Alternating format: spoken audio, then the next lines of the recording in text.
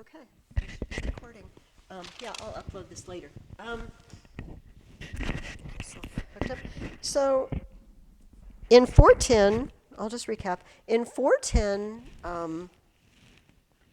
AD, the Goths completely sacked Rome, and everybody just thought that this was the end. And I think I compared it to if we just found out Washington, D.C. had been completely invaded. We just felt like our country is coming to an end. It didn't yet, but it was on the way out because, and now you have your timelines open, 476. 476. So not long after 410. 476, you can label that the fall of Rome. Now, and we'll circle back to this because that's what I want to talk to you about this morning. But remember, it's not as if they got up, they went to bed one night and Rome was awesome, and then they got up the next day and everything was in ruins. This was a long time in coming. We talked a few weeks ago about the fact that there were civil war. Remember all these, was that last week we did the math where we found out how many, they had an average rule of 3.5 years for almost a century, or over a century. It was 100 and some years. That's not good when everybody, and only 4 of them died naturally. That's a mess. Plague. Famine, partly because of climate, and partly because of all the deaths in war. You don't have enough people to farm anymore, for crying out loud. We can't feed everybody anymore. And constant pressure on the borders. And so things were already going poorly. It didn't happen overnight. But I will tell you the marker, why we picked that year and not 480 or 500. We picked that year for a specific reason. But yes, all around the borders, these Germanic tribes, and we say Germanic because they're all related to each other, not related like cousins and uncles, but they speak the same sorts of languages. They seem people groups related to each other, and they are living in Germany. So I this map in. They're living across the Rhine and Danube rivers in Germany and to the east. So what is today all the Eastern European countries, and then Russia. They're coming from this direction. And why are they coming? Well, sometimes because they're also feeling pressure. They need more land because they have not a lot of people. Maybe they need more food for the people they have, and they need more land to grow food. Maybe somebody's behind them, chasing them. Maybe times have been tough, and they're looking for greener pastures. All of the above. Or maybe they just like fighting people and taking over. I believe Dorothy Mills gave you a very long, couple of pages, quote from a book about the Germans. It's called Germania by Tacitus, a historian, and he wrote a very approving book about the Germans, approving in the sense that these guys are tough. These guys are hardy. These guys are willing to do their duty. You know what? They're like we used to be, says Tacitus. They're a bit like we used to be, and we're not anymore. So these are the groups of people who are rushing in. And you know what, Liam, you must have put that on your timeline because that's the next question. So good for you. What event? You should know the answer to this because you're looking at what event in 410 shocked the world? The sack of Rome, which we just talked about. Sorry, last week I had an extra class for my Wednesday kids, this class, and I did 2 weeks together. So I can't remember what I told you and what I told them. So it was them I told. Yes, so back to Jerome. Jerome was in shock. Another famous early Christian named Augustine, St. Augustine, he was also in shock. And part of the problem that he had to deal with was why people thought this was happening. A lot of people, Romans said, this is happening, the world is ending because of those Christians. You know, nothing like this happened when we were pagans. The world was rosy when we were pagans. But now, those Christians, is it? Well, Preston wouldn't ring the bell. So, and we're not expecting anybody else, so it's probably for the Franishes. And if it's a package, they'll just leave it. Many people were saying, this is only happening because we've abandoned the gods. And Augustine didn't like this. First of all, he didn't believe it. Second of all, he thought it was disparaging on the church and God, which it was. And so he wrote a book in response to this, a book that was very influential in the Middle Ages. It was called The City of God. And in this book, The City of God, Augustine said, here's what you don't understand. There are two competing cities. There are two competing civilizations. The city of man, the things that happen on earth, and the city of God, the kingdom of God. And it has its own purposes. And you cannot read into the rise and fall of nations. You can't immediately assume that you know God's purposes. But he said, but let's talk about that city of man a little bit. Let's talk about this great pagan Rome that you say kept Rome safe. So I'll give you one of his arguments. You can help me through it. Where did the Romans come from originally? Troy. And what happened to their city? And what gods did Aeneas bring with him when he left? Yeah, and the gods of Troy, right? So did those gods do a good job of protecting Troy? They did not, did they? Augustine said, you're trusting the gods who couldn't keep their first city safe, for crying out loud. What do you think they're going to do for Rome? They didn't help Troy. He pointed out something else, and this really ticked him off. He said, you know, when the Goths invaded, these Goths had been somewhat Christianized, surprisingly. They had been in relationship with the Roman Empire for some time. They had even been recruited to fight in the army. And they weren't treated very well, and that's why they finally turned on Rome and sacked Rome. But they knew something about Christianity. Unfortunately, it was the Arian version. Remember, we talked about those guys who taught that Jesus wasn't really God. When they came through Rome, they spared the churches. They didn't rob the churches because they're the gods. And a lot of people flocked to the churches when the Goths invaded. And a lot of people even said, oh, I'm a Christian, don't kill me, I'm a Christian. Even though they weren't. And then they went and hung out in the churches till the Goths left, so they would be safe. And Augustine said, okay, wait a minute. Are you the same people who just pretended to be Christians to get away from the Goths? He said, what other people has attacked another nation and spared their gods? No one. But the true God, the Christian God, his places get spared in the general destruction. So he used arguments like this. It's a very long book. It's hundreds and hundreds of pages long.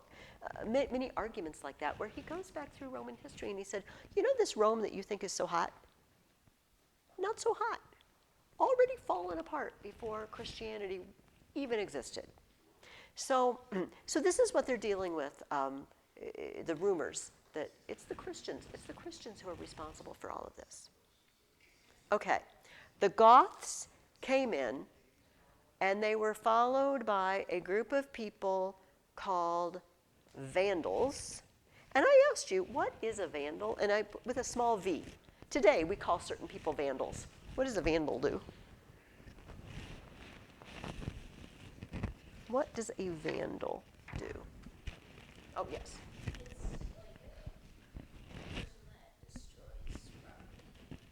person who destroys things. The people who spray paint pictures all over stuff. Not pictures. You know, the weird stuff you can't read. That annoys me. People who just wantonly break things.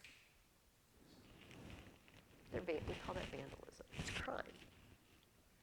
There's a reason they call them vandals, because the original Vandals, who were another Germanic group, just broke things.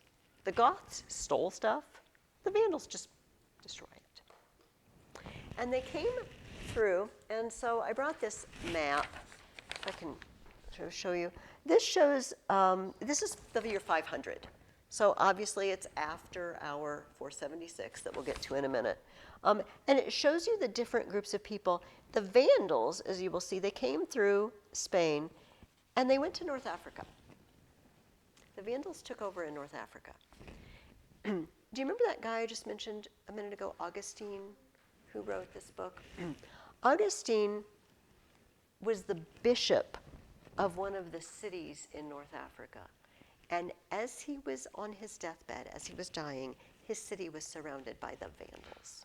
The Vandals did not kill him. He died of just old age and natural causes. But in my mind, I imagine that he could hear the armies outside of the city as he lay dying, and he knew what was happening. And it really must have felt like the world was coming to an end. People really did think Jesus must be coming back right away, because this must be the end. They really felt that way. So the Vandals poured into North Africa, took Carthage. I think 435, I think is the year they took Carthage. And they were filled in behind by these Goths. There's two different groups of Goths you'll read about, Visigoths and Ostrogoths. It just means Western Goths and Eastern Goths. That's all it means. They're related to each other. And the Franks. What do we call this country today? This is France. That's because the Franks came in. You know, we've been talking about the Gauls who live there, but now it's going to be the Franks, because the Gauls have become, basically, they're just another group of Romans, you know. And we'll talk a lot about them next year. If you're in, whether you're doing high school or junior high, we're doing the Middle Ages next year, and we'll be talking about Franks. So remember also that in the East, the Roman Empire is continuing to chug along. All of these Germanic groups are coming west. Sometimes because the East told them to. For example, Alaric the Goth, who sacked Rome in 410, he was heading towards Constantinople over here. And they said, you know, we've heard Italy is lovely, lovely this time of year, and redirected him, which is kind of mean. They didn't want to deal with it. They didn't want to deal with this. Just go over there. They'll give you some land. The West took the hit. Hit after hit after hit. But you got to remember, there's still an emperor in the East. There's still a Senate. There's still consuls. All these offices we've been talking about, but they just don't have much power anymore. In fact, the emperor has moved to Ravenna. He's not even living in Rome anymore, because Rome is too much of a target, and frankly, those Goths messed it up. So they've retreated. But everything on the outside, everything goes on as it had been. Does that make sense? And we're asking the Senate, and the consuls are doing this, and we still date the years by the years of the consuls. But everything's crumbling apart. All right. So behind the Goths and the Vandals and all these other people were a group of people called the Huns. We don't even totally know where the Huns originated. Russia, pretty far over into Asia. And you guys have all heard of the Huns, right? Attila the Hun is probably not, this is not the first time you've ever heard this name. If it is, he's notorious for being mean, I suppose. And they had been moving their way across, pushing all these guys out of their way till they showed up. Rumors were running rampant through the Roman world. The Huns. Oh my gosh, the Huns. They're the worst. They're the most wicked. They're awful. And I brought to read to you guys, I think it's so entertaining, 2 descriptions of Attila the Hun. And I want to read them, and I want you to listen to them. One is written by a Roman historian, all right? That's the first one I'm going to read. The second one, it says, is taken from an account by Priscus, an envoy from the Eastern Roman Empire, from Constantinople, to the court of Attila. The first one written by a historian who never actually met the Huns. The second one, a guy who sent as an envoy and spent some time with them. All right, listen to the first one, the Roman historian. The people of the Huns are quite abnormally savage. From the moment of their birth, they make deep gashes in their children's cheeks, so that when in due course hair appears, its growth is checked by the wrinkled scars. They scar their children's cheeks so that the hair won't grow in their beards, and they have little designs in their beards. They have squat bodies, strong limbs, and thick necks, and are so prodigiously ugly and bent that they might be 2-legged animals or the figures crudely carved from stumps, which are seen on the parapets of bridges. Okay, this is not a compliment. Still, their shape, however disagreeable, is human. But their way of life is so rough that they have no use for fire or seasoned food, but live on the roots of wild plants and the half-raw flesh of any sort of animal. Okay, listen carefully to this next part, because this really intrigues me. They live on half-raw flesh, which they warm a little by placing it between their thighs and the backs of their horses. They sit on it and warm up my steak a little bit. I don't recommend this. They have no buildings to shelter them, but avoid anything of the kind. Not so much as a hut thatched with reeds is to be found among them. They wear garments of linen, this is my second favorite thing here, or the skins of field mice stitched together. How many mice do you have to skin to make something wearable? The mice population.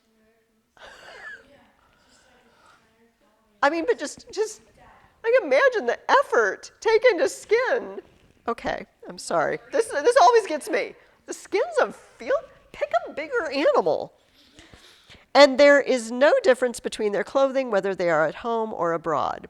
Once they have put their necks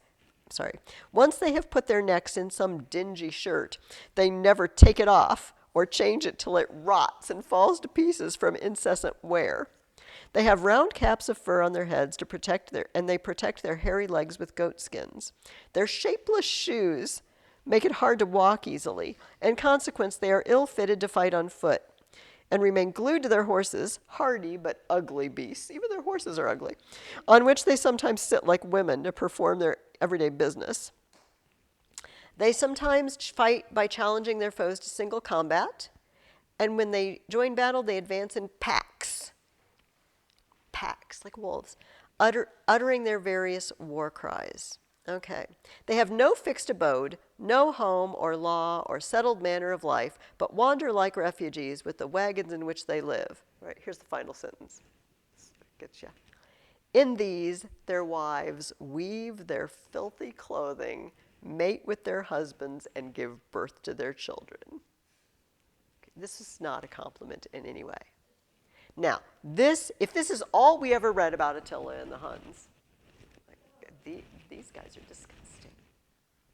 And you know what? This is the picture. Isn't it the Huns that are coming in Mulan? Isn't that another? That's what they say in the song. Let's get down to business to defeat the Huns. And It's also a night in the museum. yes. So kind of misshapen, All right. So now listen to what a guy who actually went as an envoy to talk to Attila says. We were invited to a banquet with Attila. I'm hoping not. When the hour arrived, we went to Attila's palace. Okay, hello. Thought they didn't even have huts to live in. Along with the embassy from the Western Romans, and stood on the threshold of the hall in the presence of Attila. The cupbearers gave us a cup, according to the national custom, that we might pray before we sat down. Having tasted the cup, we proceeded to take our seats, all the chairs being ranged along the walls of the room on either side. Attila sat in the middle on a couch. A second couch was set behind him, and from it steps led up to his bed, which was covered with linen sheets and coverlets. First, the king and his guests pledged one another with the wine. When this ceremony was over, the cupbearers retired, and tables, large enough for 3 or 4 or even more to sit at, were placed next to the table of Attila, so that each could take of the food on the dishes without leaving his seat. The attendant of Attila first entered with a dish full of meat, and behind him came other attendants with bread and other dishes which they laid on tables. A luxurious meal, served on silver plate, had been made ready for us and the other guests, but Attila ate nothing but meat on a wooden platter. In everything else, too, he showed himself temperate. His cup was of wood, while to the guests were given goblets of gold and silver. His dress, too, was quite simple, affecting only to be clean. Is this the same group of people? In one version, they're barely recognizable as human. And in the other, they've got silver dishes and offer you a banquet. Now, knowing that one of them visited him and one of them didn't, which one would we be more inclined to believe? Yeah. But you know what? The one who knows the truth isn't always the one who goes down in history. You know, their version of events isn't always the one that people know.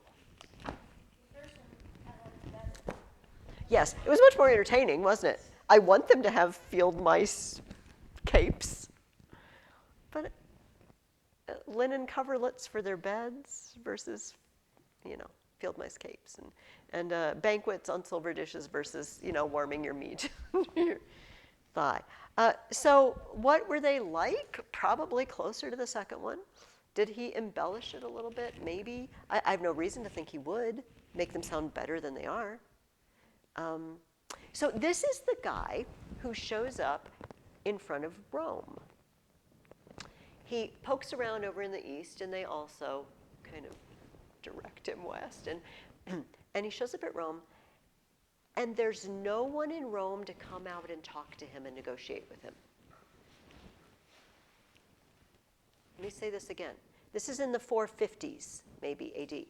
There's no power left in Rome with the authority to go out and deal with this threat, because the emperor is weak or practically non-existent and may or may not even be in Rome at the time.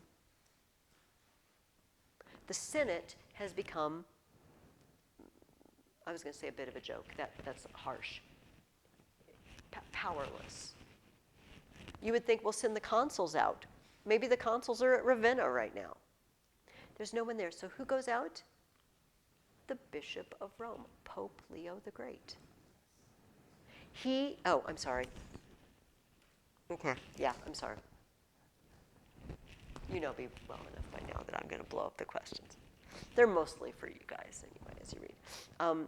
So Pope Leo comes out, and he has a talk with Attila, and Attila leaves.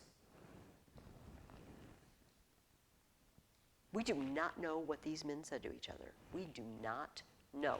There are some versions that say Attila saw a vision, of angelic hosts or Peter and Paul, defending the city, and it scared him off. This may be. Some people think that Pope Leo, just by his dignity, his manner, his clothing, his air of authority, impressed Attila so much that Attila left. I have suggested, and this does not denigrate Pope Leo at all to suggest it, that money might have been involved. This was common to pay off. He wouldn't have been the first pope or bishop of any city to pay off a threat. The problem with that always is that they'll come back for more because they would like more money. And you gave it to them once, so they would like to try again. But we don't know. But Attila left. He backed off, headed back up north through Italy into Gaul, got married, had a big wedding, and apparently got a bit drunk, more than a bit maybe, at his reception, and then for whatever reason developed a nosebleed in the night, but he was too drunk to wake up and deal with it, and it choked him to death. Like the blood draining down his throat. It's a nasty end to somebody who's the great warrior Attila. Yeah. So he never came back, obviously. So in the meantime, all of these German tribes see Rome is going down. And you know how they say in nature that if an animal is weaker, you know, it's ill, that the predators will pick off the weaker animals on the outside. Rome is now the weak animal, if you know what I mean. And all of the predators, all these Germanic tribes would like to pick it off. And they're seeing that they can. It's already been sacked. Don't know what happened with Attila, but it was in great danger from Attila. And they are surrounded. I mean, they are literally surrounded on three sides because the Vandals eventually decide, you know, it's just a hop, skip, and a jump over to Italy. We could go for Italy too. The Vandals came back and started rampaging in Italy. So one after another, these leaders of these Germanic tribes came and they took over Rome. There was a series of them. But the final one, sometimes he's called Odoacer, and sometimes he's called Odovacer. He couldn't become emperor, technically. He couldn't be invested with emperor's authority because he's a barbarian. Apparently they were still observing the niceties. To become emperor, to actually take over, you must, you know, have Roman blood and be okayed by the Senate and all of this. Well, he wasn't. But his wife was Roman. And they had a child, Romulus Augustulus. Oh, okay. I just blew who was the last Roman emperor. What is significant or ironic about his name? Romulus Augustulus. Okay, you do the Romulus part. Is the first king? First king, what about the Augustulus? Or do you want to take it? Do you want to take it, Luke? Or Andrew? Look, there's the, yes, there's, I'm blanking, sorry. That's okay. I had it. Somebody has a name very close to Augustulus, but it wasn't Augustulus. What was it? Augustus. Augustus, the first emperor. This little kid has the name of the first king and the first emperor, but he's a 10-year-old kid. But technically he can be emperor, you know, because he's half Roman. Not for long. He's got a great name. It didn't do him any good, Liam. Because the Germans just swept him off the throne. Didn't kill him. I'm fascinated by this for some reason. You know, if he gets loose and gets a party of supporters he could come take over, they put him in confinement. They put him in what we would call a castle today, in a fortress, and guarded him and took over. In 476, they removed this boy, and the guy who took over called himself King of Italy. Not emperor. King of Italy. Why? Because there is no empire anymore, except in the east. It's the Franks and the Visigoths and the Ostrogoths and the Alemanni and the Burgundians and the Vandals and it's all these little kingdoms. There is no empire to be emperor over until you get over to Constantinople. That's why we pick 476. But you know, nothing really changed in 476. In 476, it was basically the same as it had been in 456. It was almost the same as it's going to be in 500 and 525. We're going to have Germanic kings ruling in Italy, sometimes with the blessing of the emperor in Constantinople. You know, I just want somebody strong over there to protect me. If I'm the emperor in Constantinople, just Yeah, deal with it. It's a mess over there, deal with it. As a matter of fact, my high school kids right now are reading a book written by a man in the court of one of these Germanic kings, Theodoric. He was an Ostrogoth, and he took over, he was the king, and he had various people on his staff, one of whom was named Boethius, and he wrote a book that became very popular in the Middle Ages because he was sentenced to, he was in prison. He was sentenced to death for treason against Theodoric, which he probably wasn't involved in. But he was a Roman. He was an educated Roman man, just like they'd always been, except he was living under a new management, these Germanic kings. This sets the stage for next year, what we're going to talk about next year. The West has fallen apart. The bits of it have literally fallen apart from each other, and we just have little kingdoms. This is also metaphorically fallen apart. Who's going to step up to be in charge here, and what are they going to do to keep order? And most importantly, for me, who's going to save all of their literature?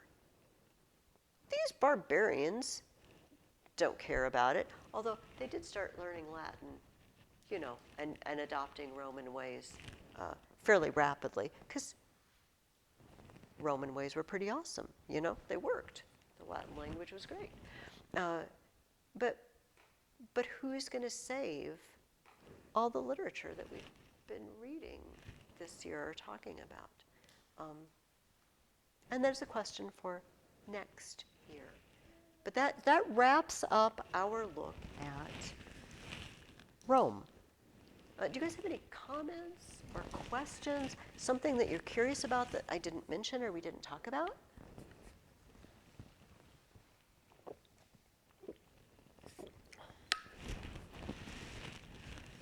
You can, there's no time limit on the asking of questions. Well, when you think about it, I will show you, I'll stop and show you the thing I brought. Yes, go ahead. Oh, that's fine. Think away. I have limited information about the thing I'm about to show you, things. So my grandpa was in the military, and he was stationed in Turkey in the 1960s. And he also then went on to marry an Italian lady and went back and forth because all her family was in Italy. And I did not know about the objects in this box until he died. And my mom was the executor of his estate. And she said, we opened up a safe deposit box, and there's a bunch of statues. They're old statues in a safe deposit box. So apparently he didn't display them in his home. He put them, he locked them up. And my mom had them appraised for the auction, and she never actually saw the appraisal paper, but she decided to give them to me because she thought I would be interested in old statues. And later the guy who did the auction, who also had in other ways proven himself maybe not real trustworthy, asked what happened to the statues and could he buy them. The guy who saw the appraisal, you know, but didn't let my mom see it. Anyway, but I had them already. But I spent years trying to figure out what the heck are they? What time period? I know nothing because all I know is my grandpa took them from an archaeological site in Turkey, apparently in trade for booze. I can say this because my grandpa is no longer with us and hopefully the Turkish government won't come after me. And so finally I found a Center for Archaeological Studies in Turkey at the University of Pennsylvania. And I sent pictures to them. And they told me they thought they were probably late Roman, early Byzantine. So probably from the time period that we're talking about here, the rise of the Byzantine Empire. However, what they represent is what I really want to know, and I have no idea, and I despair of ever finding out. The first thing I have is kind of weird. It's, you know what, I'm going to pass these around. Just don't drop them, okay? Just don't drop them. But they're heavy, and I think that even if they drop on the carpet, they'd be able to just treat them with care. But it's kind of cool. It has faces, and they're very, to me, they're Assyrian looking. They're Eastern looking. They have these beards. If you see old Assyrian statues, and I don't know what this is, but I'm thinking incense. It's some sort of burner. So I'll just kind of give one direction and one the other direction. So this is like real. These are real. He had them in a safe deposit box. And I think they may be somewhere between 15 and 1700 years old, 1500 maybe. But I really want to know, what is it? What are those creatures? And I don't know. And I don't know who to ask. I sent pictures to the Field Museum once. I thought maybe if I could make up an appointment with someone there, I could take them and show them. So this is a small one. It's just a little statue. It's very stylized. You can see it's all smooth, but it's got etching where the arms would be. Did you ever see the aquarium? No, because my mom, we don't know where it is. Apparently that auctioneer had it. And my mom didn't think to demand it, or I don't know. It costs quite a bit to have an appraisal done by Sotheby's or something like that. Maybe someday I will spring for it. I've always kind of hoped Antiques Roadshow would come around, you know. We did actually apply for tickets once, but it's kind of a lottery system, just if you get in. I don't know if they travel around and do that anymore. Okay, these are the other three. They are, obviously they go together.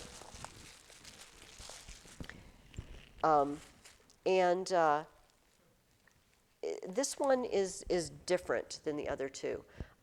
Actually, can you just come down here instead of passing these around, because it takes a long time to pass them around. I don't mind if you take it and pick it up, but it's just easier to show you instead of you're looking at one of them at a time.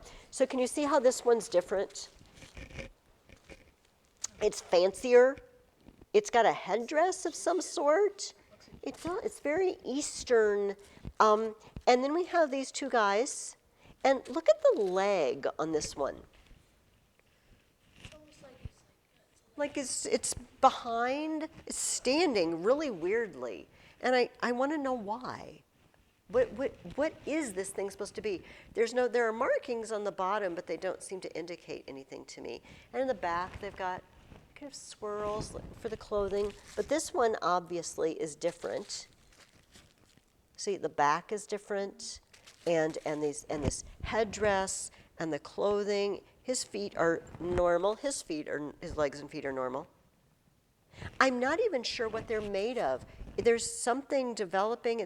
They're not metal though. This isn't rust. They seem to be some kind of stone. Anyway, if you want to pick them up, it's fine. If you want to look at them more closely. So this is my sort of treasure, I guess, that is my mystery of history. And the best that I can come up with from anyone is that they're probably very late Roman or early Byzantine, but I really want to know who these guys are. And I don't know who to ask. Maybe someday God will lead me to the person who can answer my question, but I don't know. Was that stuff like on there before? You know what? I think it's developed, the brown, I think it's developed more. Hey, Preston, we're looking at statues that may be Byzantine.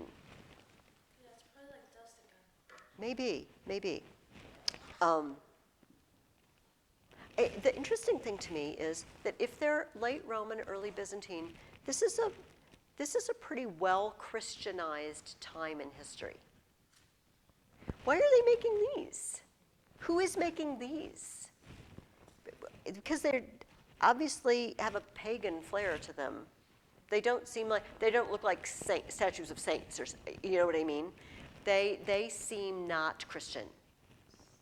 But in the late 300s, the Emperor Theodosius made Christianity the official religion of the empire. In fact, my high schoolers are looking at this plaque. This is an ivory plaque from the year 400. And the interesting thing about it is she's making a pagan sacrifice, but paganism has now been, not outlawed exactly, but pagan sacrifices have been outlawed. So if these are from roughly the same time period or a little after, who is making pagan statues? obviously the world, just because the emperor says Christianity is now our religion, doesn't mean the world becomes Christian overnight. If you and your ancestors have been pagan for centuries, you're not just going to jump ship unless you really believe Christianity is true. But anyway, these are my weird statues. You know, I'm just going to leave them out. And then my high schoolers were finishing up Rome today too. And some of them have seen them and some of them haven't. But yeah, I'm very curious. Someday maybe I'll find out. Okay, so Liam, you were thinking of questions. Did you think of any good questions? Yes. Oh, good. Rome originally, how did Rome ever officially end? Oh, well, you know, I guess in one sense it didn't because Rome is still there and people visit it and it's still in Italy. Still have stuff like that in Italy, or is it just like historical stuff? Oh, no, Rome is a full-out city. It's the capital of Italy today. And it never stopped being a city and being a political center. But for maybe 1,000 years, it just didn't, it wasn't important anymore. It happened little by little. So, okay, so picture what we're talking about. There's now a king of Italy, and he's some German guy. And then maybe the king of Italy doesn't even want to live in Rome anymore, and he's living in Ravenna. Okay.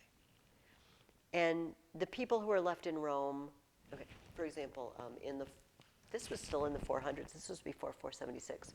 A man that you may have heard of that we're going to talk about next year, Saint Benedict, went to school in Rome. He was a fine Roman family guy, and his parents sent him to school in Rome because that's what good Romans do. But Rome was already a disaster at this point. It was immoral. It was a mess. There was no order.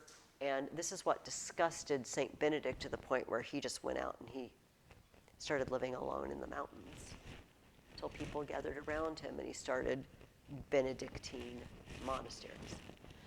So it was already fallen apart, even before there's just a king of Italy. And by 1,000, by 1100 AD, something like this, people go to Rome and they say things like, cows are just grazing in where the forum used to be. That's what it's turned into. It's ruins. You know, the people living there often would take stone from the temples or the statues to use in building projects. It's ready made. It's already cut. Why would I go get building materials? There's building materials right here. So, and the barbarians had already taken everything of value.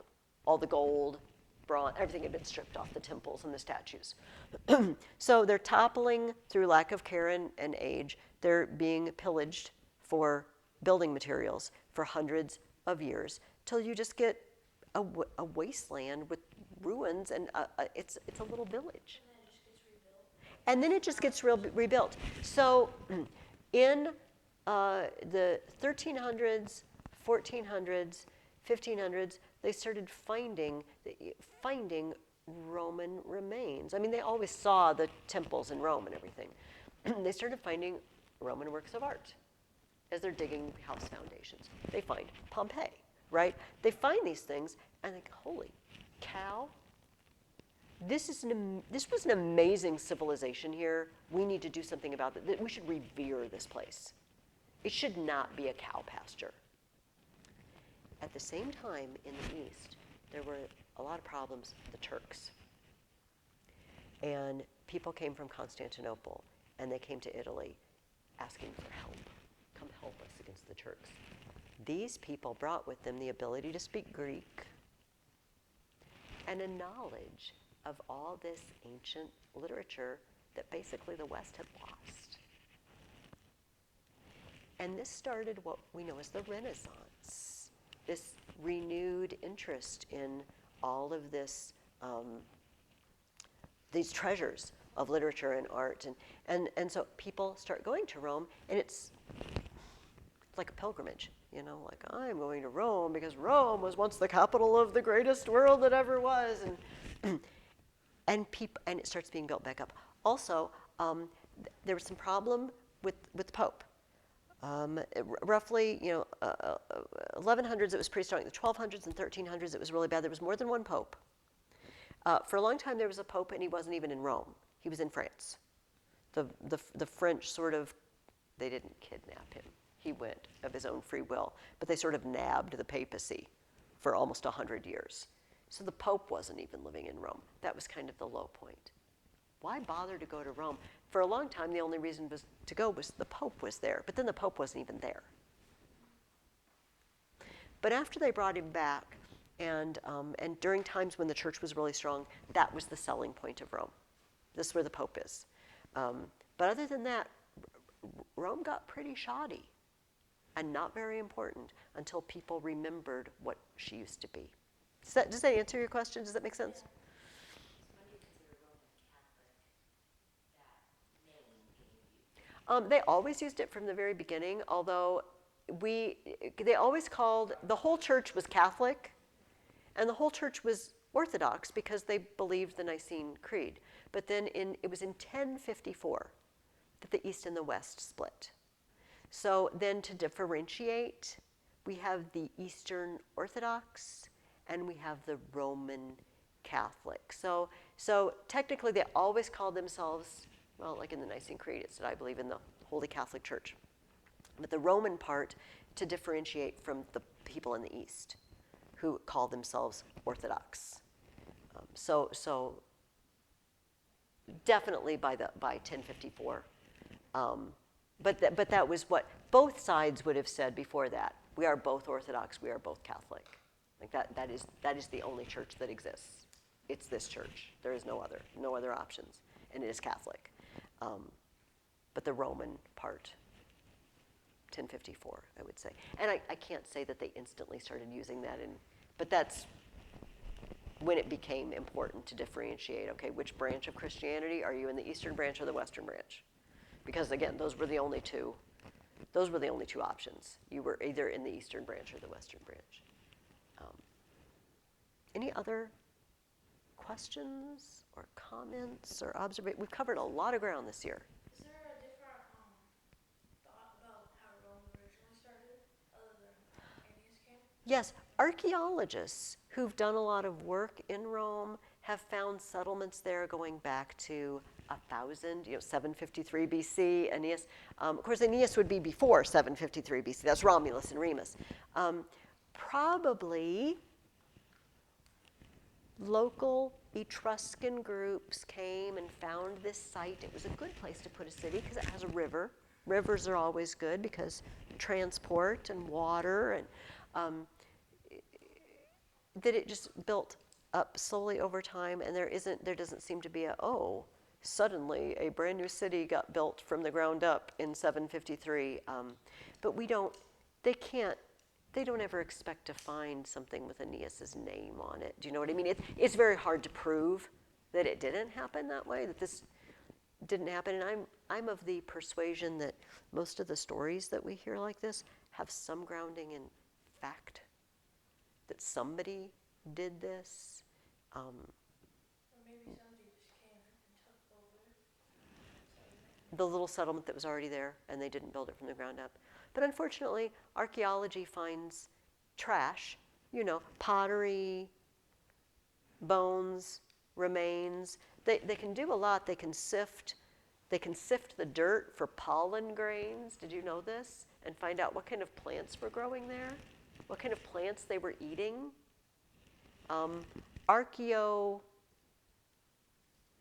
That can't be archaeobotany, but it's a name for a botanist, an archaeological botanist, and they specialize in, under a microscope, examining the pollens that are found in the dirt and can tell you what they were eating and what they were growing.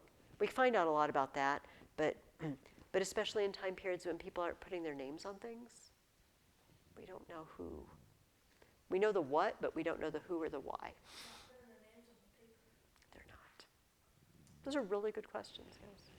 Anything else before I move I on? was just gonna say, we want the Greeks and the Romans, and no matter how great it got, it always comes to an end. It's kind of like looking back.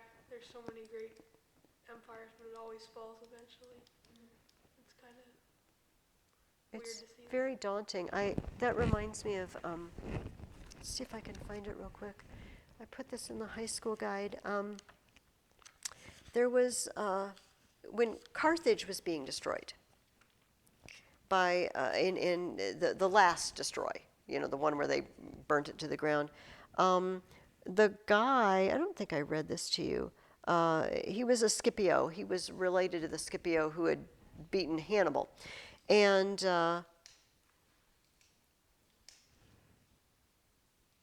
let me find where I want to start. Okay. Scipio, beholding the spectacle, and the spectacle is Carthage being destroyed, is said to have shed tears and publicly lamented for the fortune of the enemy. After meditating by himself a long time and reflecting on the rise and fall of cities, nations, and empires, as well as of individuals, upon the fate of Troy, that once proud city, and upon that of the Assyrians, the Medes, and the Persians, greatest of all, and later the splendid Macedonian Empire, that's Alexander. Either voluntarily or otherwise, the words of the poet escaped his lips. The day shall come in which our sacred Troy and Priam and the people over whom spear-bearing Priam rules shall perish all. This is from the Iliad. Being asked what he meant by using these words, he said he did not hesitate frankly to name his own country, Rome, for whose fate he feared when he considered the mutability of human affairs. That means changeableness. And Polybius the historian wrote this down just as he heard it. It struck Scipio, apparently, exactly what you're saying, Andrew. Shoot, I'm taking out Carthage, that was once the bigwig of the Western Mediterranean. Maybe Rome's turn will come someday too, and it did. And then we have the great Holy Roman Empire ruled by Otto I in the year 1000. There's no Holy Roman Empire anymore. The Byzantine Empire that went on and on for another 1,000 years, it's gone. They're all gone. I don't think there are very many countries. Don't know a lot about Asia. So China and India have very ancient civilizations. And I don't know if the people, obviously their government's different, but I don't know if the people group is the same. Do you know what I don't know a lot about the East at all. But as far as the West is concerned, I can't think of anywhere that's very old at all, where the people living there are the people who have been living there for ages. The Aztecs and Mayans had amazing civilization here. It's gone. The Aztecs were helped out by Cortez and the Spanish. Mayans, we don't know what the heck happened to them. They just evaporated. All the Incas, they're gone. And it doesn't matter. Well, it does matter. We know how some of them went. Like I said, conquered by other people. That's how most of them went. We aren't Europe isn't particularly evil for coming to the New World and taking over. That's the way all of human history has gone since the very beginning. You come in, there's already people living there. We don't care. We want to live here now, and we're taking over. I'm not saying that's lovely or good. I'm saying that's the way it works. And so Andrew's comment is well taken. Our hope, this is me preaching to you now. Our hope is not in the government of America. Our hope is in the Lord. Because if Jesus does not return, he will return, but if he waits long enough, is what I mean, America will disappear too. And maybe it'll be a long, long time. I'm assuming none of us will live to see it. But there'll come a time when there's no United States of America on the globe anymore because someone else has moved in. And that's the way it works. And so anytime, this is why Augustine wrote that book, The City of God.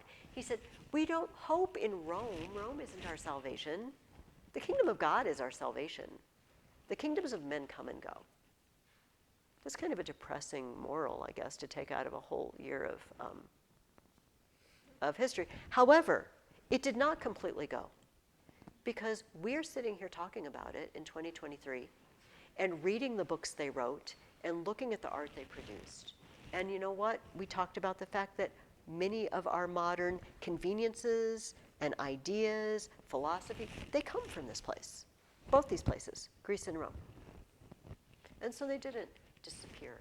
And so, you know, they say how people like to live in such a way, some people want to leave something behind them after they're gone. You know, like, I'm going to write a great book or produce a great work of art. And parents feel that way a little bit about their children. You know, I've left something behind. But countries leave things behind too.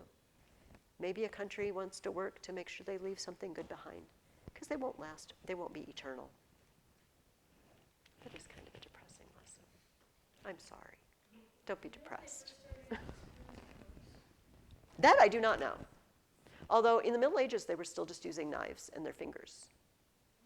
Have you ever been to medieval times in Chicago? There's a place outside of Chicago, so I should recommend this to everybody for next year. You go and they feed you a medieval feast and they joust in front of you. It's around a big arena, and the knights come out and they joust, and there's lovely damsels, and you eat with your hands, and they have knives, but the knights would just have you'd have a knife on you, and you just cut off a bit and eat it, or stab it with the knife. It's not very clean. Anyway, as far as I know, I've never seen pictures of forks and spoons in Rome or Greece. Fingers were very popular, which is why you always had a little dish of water to clean your hands and a little cloth to wipe your hands, because they're going to get greasy. Maybe some of you would like to go back to that. I feel like my kids kind of wanted to do that. All right. I told you to think about Marcus and Eska and the rest of the crew, because last week we talked a little bit about ways stories are exciting. And usually they're exciting because somebody's not getting along with somebody or something. If everybody's getting along, it's very, very boring. And so we talked about the two big ones, man versus man. That's always pretty obvious, you know, when people are fighting with each other. There's loads of people fighting each other. From Cradock attacking at the beginning to the Tribune Placidus, who was kind of snarky, and they didn't really fight, but they weren't getting along. There was definitely conflict. To the showdown at the end, wherein the tribesmen are chasing Marcus and Eska. This is all fighting against other human beings. And then we had lots of versus nature, picking our way through the swamp. Just some of you kind of alluded to this in your journals, living out among the elements. It's cold. They're in Scotland, for crying out loud. They're pretty far north. It gets cold and wet, foggy and damp, and they're living out in there. They got to hunt down food if they run out of food in their pack. So that's man versus nature. But then we talk about man versus himself. That's always the tricky one. Sometimes you don't notice it until later. And I believe we talked about Marcus's problem. His life plan came crashing down around his ears. I was going to be a career soldier like my dad, except that my dad got killed, but hopefully longer than my dad. But like was my dad's intent. And then just like a sports star with an injury, boom. Find a new career. And I think last week we talked a little bit about Eska. How does Eska fight with himself? That is a big one. I want to be free. But yet Marcus is my friend. And he has that moment when remember when he's looking at the paper? What does this mean? So you want me to go? And he doesn't know which to do. He picks Marcus.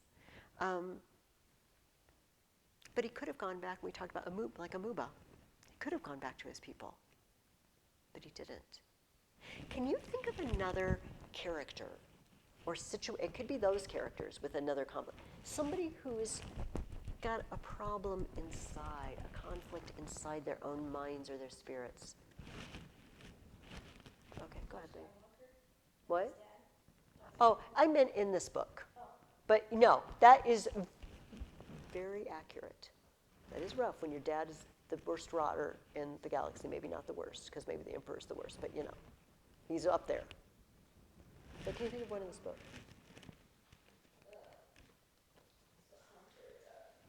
Gurn. What's his problem? What's his conflict?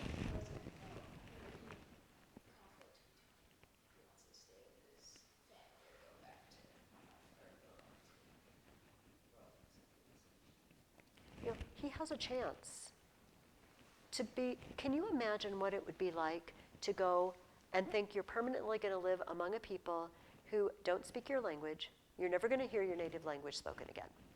And they live completely different than you. I mean, remember how he was living, how they're living in huts, dirt floor huts. He was Roman. They were living in nice buildings. He was a legionary. But he's got a family now, and he's made a home. He could go back. You know, before he couldn't, because he's a deserter. They will execute him. But Marcus could put in a good word for him and say, this man helped us retrieve the eagle. They'd pardon him. But he's got a home now and a family that depends on him, and he's made a life, and maybe he doesn't think it's a bad life. It's hard. At the end of the book, Marcus faces another problem. What does Marcus get awarded with at the end of the book?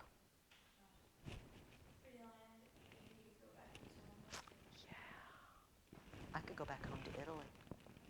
I could get land near my family farm. Or I could stay in Britain. Why stay in Britain?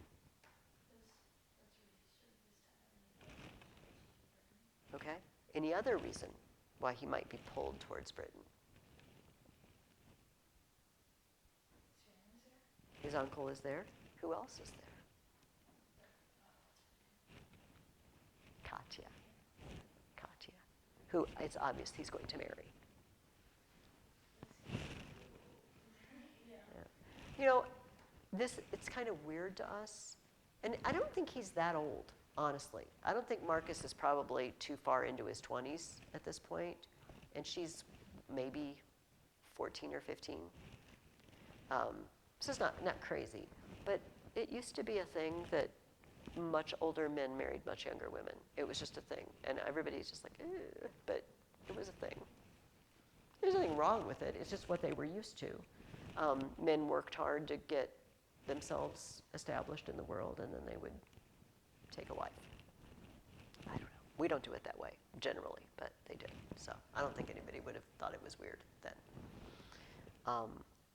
Did you think of any other, and it can be any of those three conflicts: nature, or man versus man, or man versus himself. As you thought about it, if you had a chance to think about it this week, did any more come into your mind?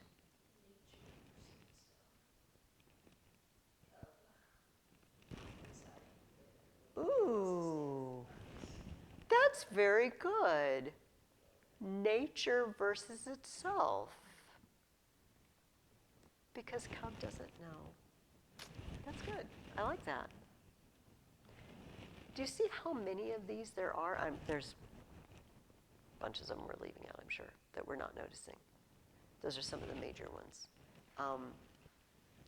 Uncle Aquila likes his peace and quiet, but he likes Marcus and he likes having a family. This is a man against himself that mothers can relate to. Like some peace and quiet, but I like having children. So it makes a book very rich when there are lots of levels of this sort of thing. Do you see that? It can be very simple. There could just be one. But when you have so many conflicts on so many levels, I think that's one of the things that makes a book a really good book. It's engaging because everywhere you turn, there's a problem being dealt with. And you know what? Isn't life a little bit like that? Hopefully you don't have man versus man all the time. Hopefully you don't have somebody you're constantly arguing with. But unfortunately, we do argue with people. And often they're the people we live with. Let's just be honest. Um, and then hopefully you don't have to argue with nature very much either, but we all do. But we argue within ourselves, and I think we all do it fairly frequently. We just don't tell other people about it a lot of the time. And so it makes a book seem really real. So anyway, I hope you enjoyed The Eagle of the Ninth.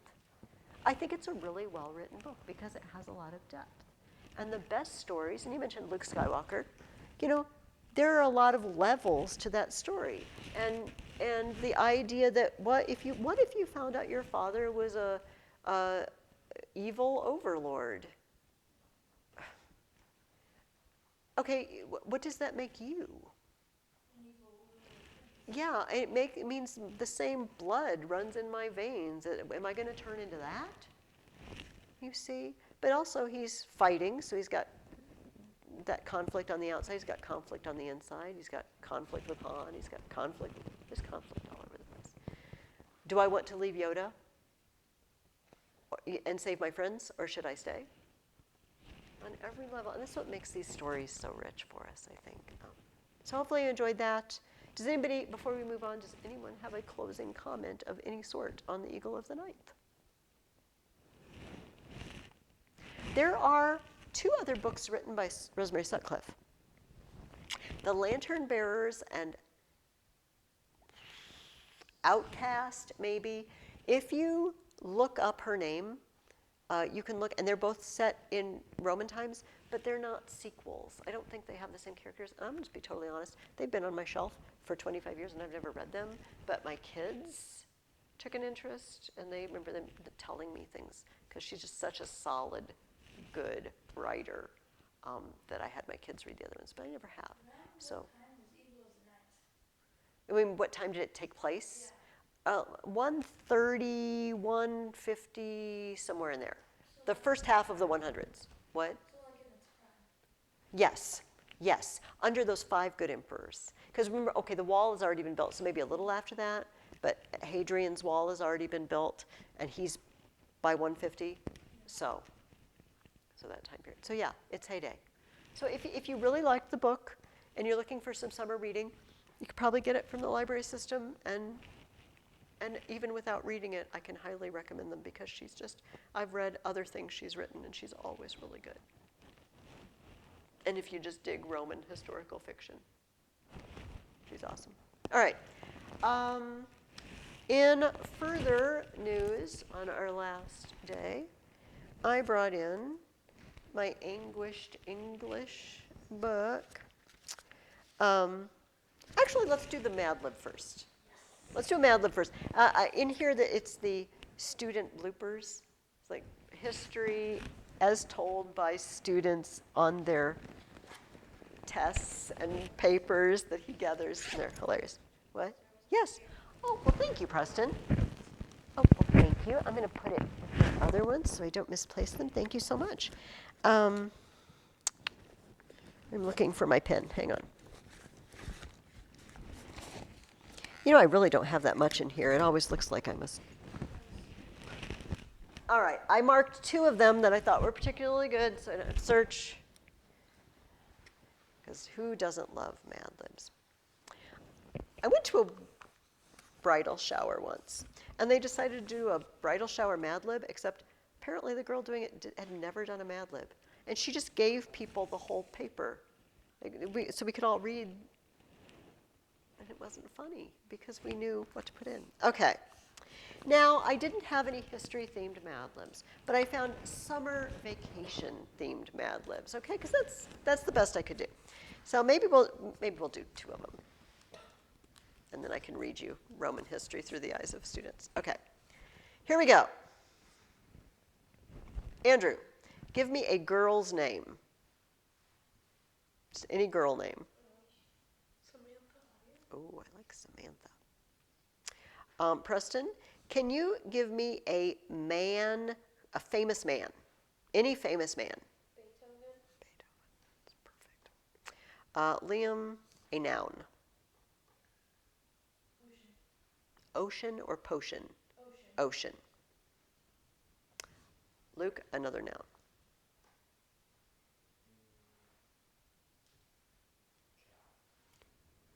Chow? Cow. What can I hear today? A boy's name.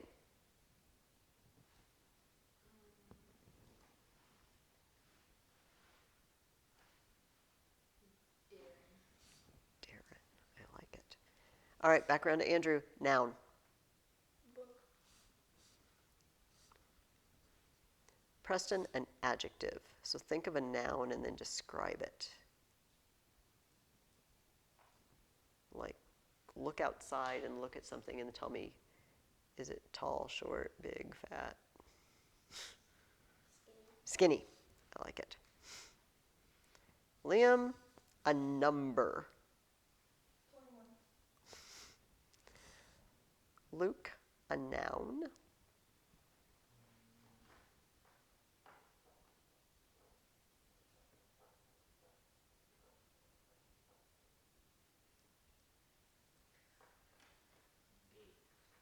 B. It's amazing. The world is full of people, places, and things, but when someone says, give me a noun, I don't know. We all do it. Okay, a verb ending in ing.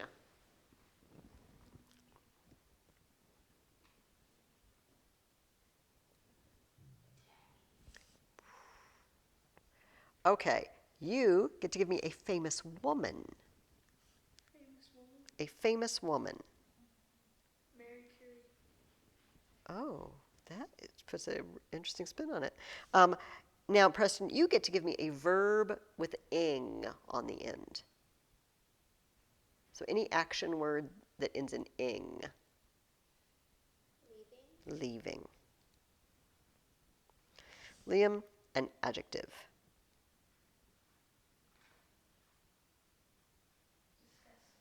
Disgusting.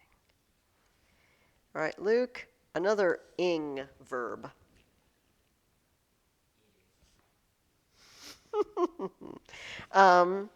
Adjective.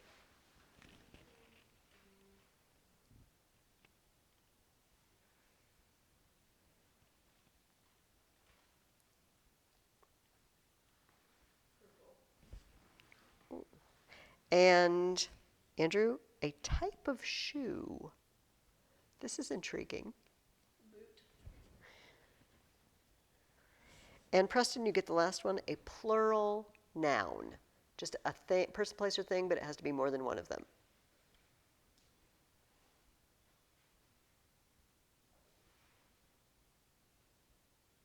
Can't really think of anything. Look in this, just pick out something in this room. Just name a thing in this room.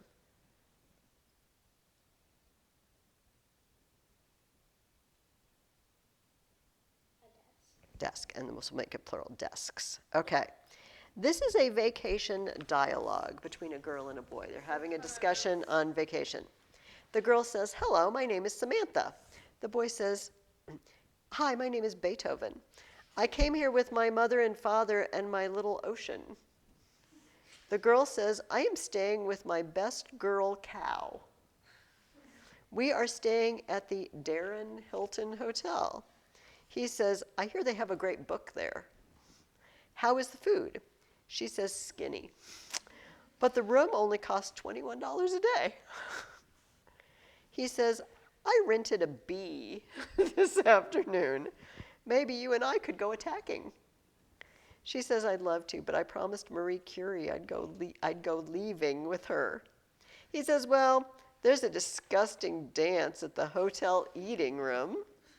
She says, I'd love to go to that. Is it formal? He says, yes, be sure to wear a purple dress and your boots. I'm going to wear my desks. All right, you want to do another one? All right. Okay, we'll start with Liam. A place, any place.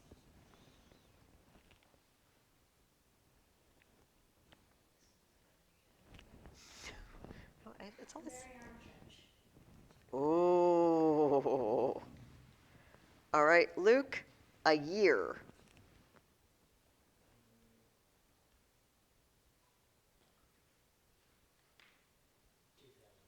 2000. A number.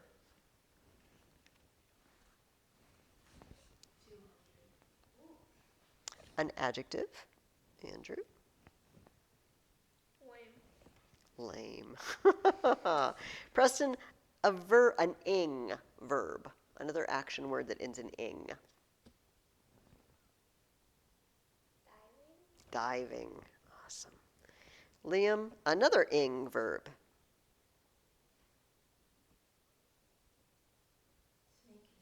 Snaking? Sneaking. I think I'm going deaf. Luke, a plural noun.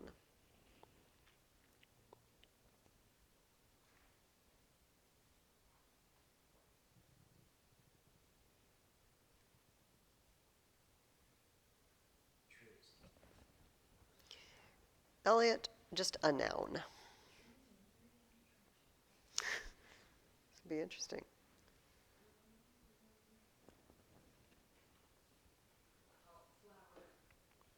Andrew, the name of a person. It does not have to be a famous person, but it can. Any person. Jeff. Preston, an adjective. So look at a thing and just describe it. What kind of thing is it?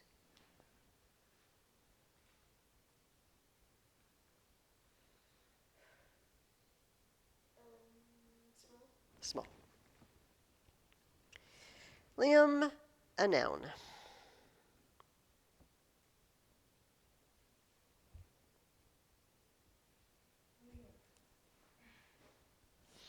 Another noun, Luke.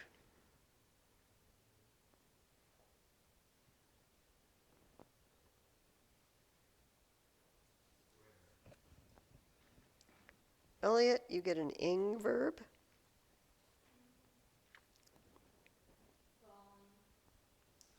Andrew, a number. 11. Preston, a verb. Just any action word.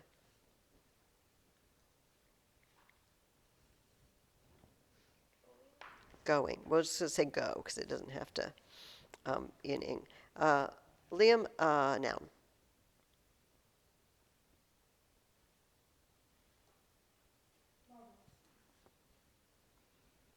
Okay, and it says we're supposed to use the same noun again. Luke, you get an ing verb. And you get an adverb, and you get an adjective. So you can think about it, and then that's it. Okay. Working? All right, what's your adverb, Elliot? Lovely. Oh. Actually, you know what? Lovely is an adjective. It is one of those just pesky ly, so it won't work. So we need to think of an action and then say how you do it.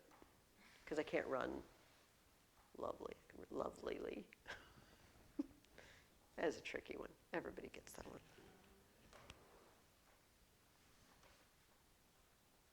Unfortunately, almost any other ly word you can think of will work. Hardly. And your adjective.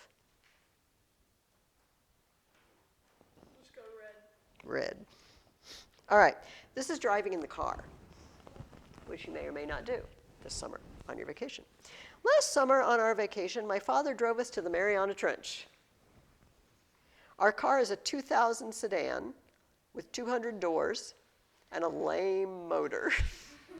We started out at sunrise. This doesn't bode well at all. My mother and father spent all night diving the house and sneaking the car so we could get an early start. My father took his golf trees, and my mother took her tennis flower. I took my dog, Jeff. The dog and I and my little small sister sat in the back. My father was the driver, and as he came out of the driveway, he ran into New York and dented a river. My mother said, "Why don't you pay attention and watch where you are falling?" After 11 hours, we stopped to go at a marble. I don't even know what that means. The marble was horrible, and this got my father working again. After driving hardly in this manner for 2 days, we finally arrived here and have been having a really red time. It was very odd. That was very odd. Okay, let's hear Roman history and maybe a little, I don't know how much there is in this one. Oh, I might have to even read you the science ones. Those are funny too. Okay. Okay, classroom classics. Okay, this one doesn't tell a story. It's just, I don't know if you'll get it. I think you will. And I think you'll know what they mean. Pompeii was destroyed by an overflow of saliva from the Vatican. Do you know what saliva is? Spit? Do you know what they mean? It's not accurate, but what comes out of a volcano sometimes that sounds like saliva? It sounds like saliva. Lava. Lava. And not from the Vatican. All right. In 328 BC, Rome was invaded by the Gauls instead of the Gauls. Julius Caesar was renowned for his great strength. He threw a bridge across the Rhine. His dying words were, "And you too, you brute." It's not true. I'm not even totally sure what they mean. Rome was invaded. Oh, I know what they mean. Rome was invaded by the ball bearings. What do they mean instead of ball bearings? Barbarians is what they mean. All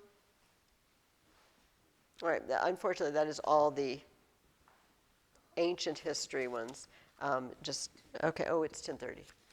All right, okay, would you like to hear some students' science essay?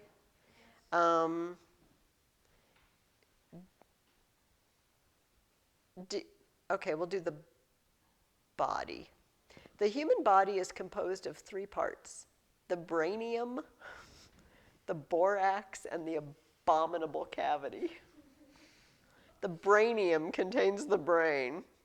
The borax contains the lungs, liver, and the living things. The abominable cavity contains the bowels, of which there are 5, A, E, I, O, and U. All right.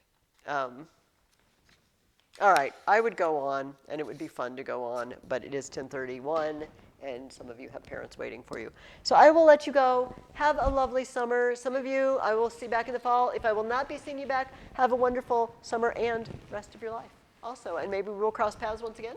But thank you so much for your attention and energy and interest, and go enjoy your summer. Thank you. All righty, bye-bye. Thank you.